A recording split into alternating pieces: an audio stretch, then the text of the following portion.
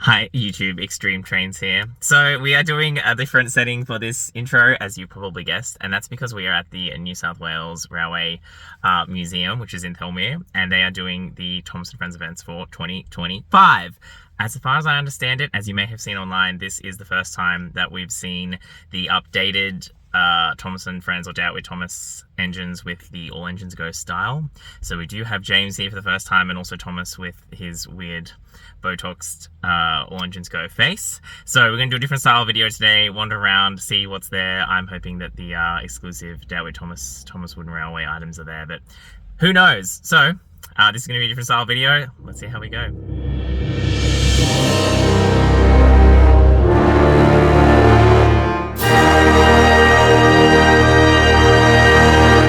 So, as you might expect, the videos that I recorded while I was there were a bit chaotic because we were kind of just doing things as soon as we could. I want to start very quickly and talk about the merchandise situation. As you'll see from the photos that I'm putting up now, unfortunately, the only exclusive merchandise was some hats and some shirts, and they were all children's size, so they certainly did not fit a 20-year-old man. So this is pretty disappointing. I'm very glad there were other things to see there because it seems that for whatever reason, Mattel, and again, in its infinite wisdom, doesn't send out the kinds of exclusive merchandise to other DOWT Thomases, presumably non-US DOWT Thomases, as they do in the US. I'll link down description below to an excellent video talking about the kind of merch that's available overseas. What was available is a quite good range of Thomas and Friends merchandise. I put some photos up. These are actually from December last year when I visited, but they have them all year round, and you can see there's quite an extensive range in terms of Thomas Wooden Railway. There was some motorized and also some push along and organized by engine, which is really nice. And the last thing, which is interesting, and I will do a separate video on this, is there was this little stand that was selling party supplies, things like, show bags and balloons and stickers. And then they had these little key rings, bag tags, and also drink bottles with these pictures on them. And I thought, oh, I've never seen this before. It looks like exclusive merchandise. And if you look a little bit closer, you'll see that not all is well with this merchandise. So yeah, it looks like some AI has snuck in there somehow. But yeah, we'll look about that closely in another video. Now, let's go back to me a couple of hours ago, and you can see my reactions to the new Thomas faces on Thomas, James, and some of the other engines around at the museum. All right, let's get to it.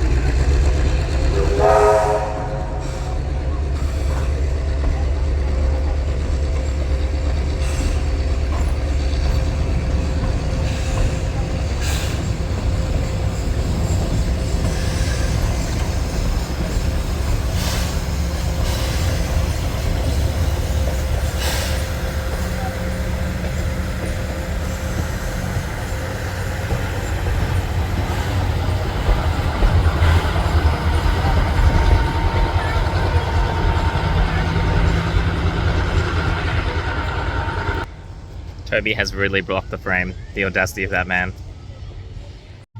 Okay, we're about to see the abomination itself. Are you ready? I hope you are all ready, because I don't know if I'm ready. Oh my god.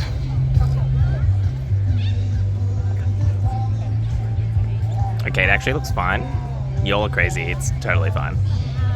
So as you'll see, as I'm just showing some photos I got of the Thomas model up close, I think this is an excellent Thomas model. I know Train Boy was bagging on it, and I know he does that mostly in jest. But I think this is actually a really, really good approximation of a Thomas engine, particularly given it's an Australian prototype. Like, the likelihood of that being Thomas is insane.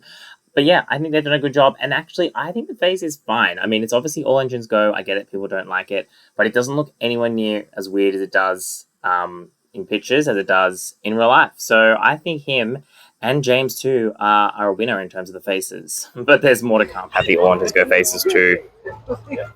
That's a concern, then you're going to be very unhappy about what they have done here. I personally think the faces look great, but we can talk more about that back at the office. Wait till you see the Toby face. That's really going to send y'all. There you go. Here, this is the grand reveal of the new Thomas face in 3.6 zoom. This is why I don't vlog everyone, because I don't know what I'm talking about. Here it comes. I also didn't bring my tripod today because I'm stupid. Okay, the Thomas face on this one does look a bit demented, but I'm going to give the James like a full pass. Mattel really did tell them to go all out. Alrighty team, we want something cursed. Look at this Toby.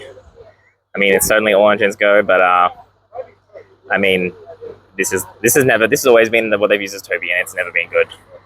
But yeah, that face is I mean, it's a good all engines go face, but it's just so ridiculously small. Got Toby coming in.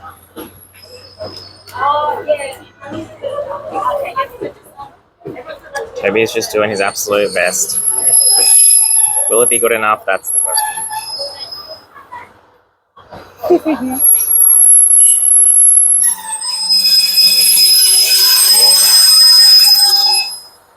It's a no from me, fam. Rumor has it that he broke the diesel that's at the back of the train. Unconfirmed.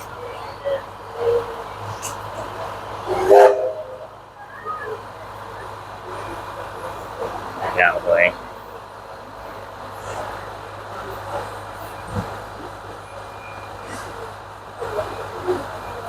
Maybe even giving him a little front lamp.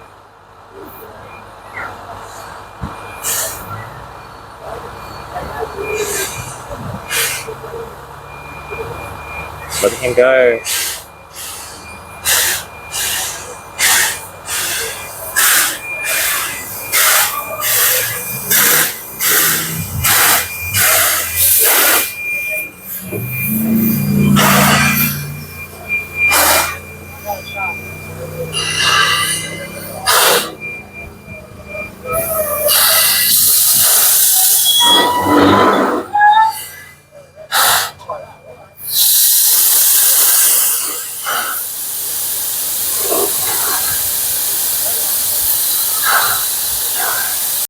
Okay, so we're going to go through a little parade now of all the different engines and their faces together. Now we've seen James moving, and also we've got that little clip of Toby right at the start.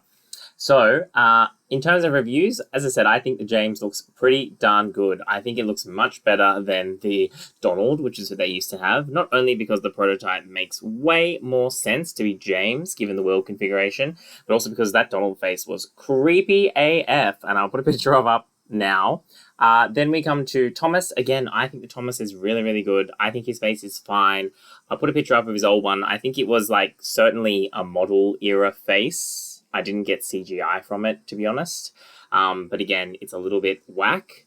Toby, again, fine face. As an engine though, as a stand-in engine, terrible.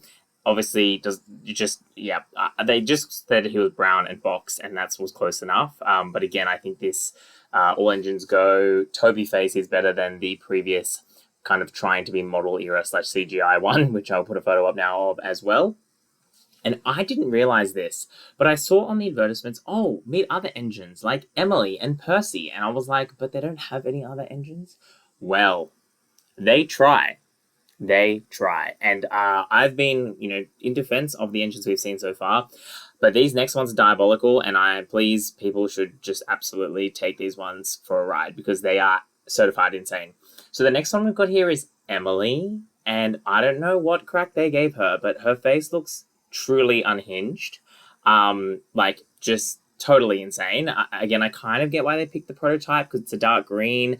The wheel configuration, though, is totally wrong. It's totally, we just don't have Sterling single equivalents in Australia. This is kind of the closest I think they could get, but yeah, it was wild. And what was also wild is I didn't have names anywhere written, so you just kind of had to guess which engine it was, which maybe was intentional because they realized their faces were, a bit unhinged.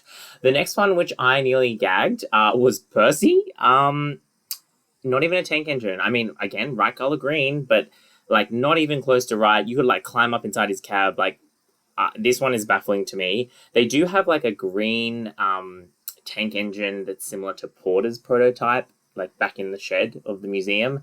And I kind of thought that maybe on the one hand makes more sense to be Percy, but equally no, they're just, again, a saddle tank's a saddle tank. This Percy gets a thumbs down from me, and that face is actually unhinged. And then we come to what I was not expecting at all. What I think is meant to be Hero, unclear, but I think that's who it's supposed to be. If someone wants to correct me in the comments, you can. And he's like a big Mikado type engine, and his face is falling off. And as you would have seen, New South Wales steam engines often had the lamps mounted like at the top of their smoke boxes, but not on top of the smoke box. And that's what you can see here. You can see the face is hanging on for dear life. So yeah, this one is a bit of a nightmare fuel face. But as a little bonus, I'll show you the last Thomas and Friends event that I went to, and that was actually at the Zigzag Railway in the Blue Mountains in New South Wales, which is only recently reopened.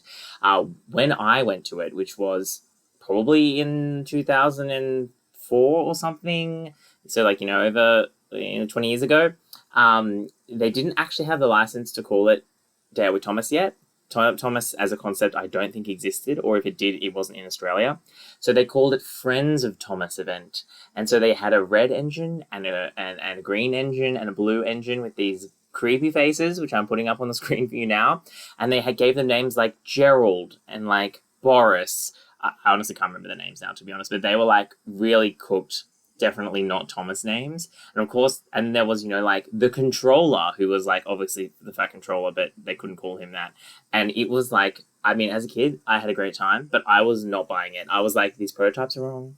These names are wrong. They clearly didn't get the license. It's called Friends of Thomas, not David. Like I was so sus on it as a kid. So why I say that is because I was super sus on it as a kid, but I clearly was a little bit of a special kid, because the kids today there were loving it. They could not get enough of James. They could not get enough of Thomas. They were going, oh my God, it's Emily. Oh my God, it's Percy. So the moral of the story with the faces and the engines is that while we laugh online as adult fans of Thomas and Friends and say how terrible this stuff all is, the kids absolutely love it. And it was sold out. This thing is sold out every year. It goes for like 2 weeks at a time, like 3 times a year. And it is sold out.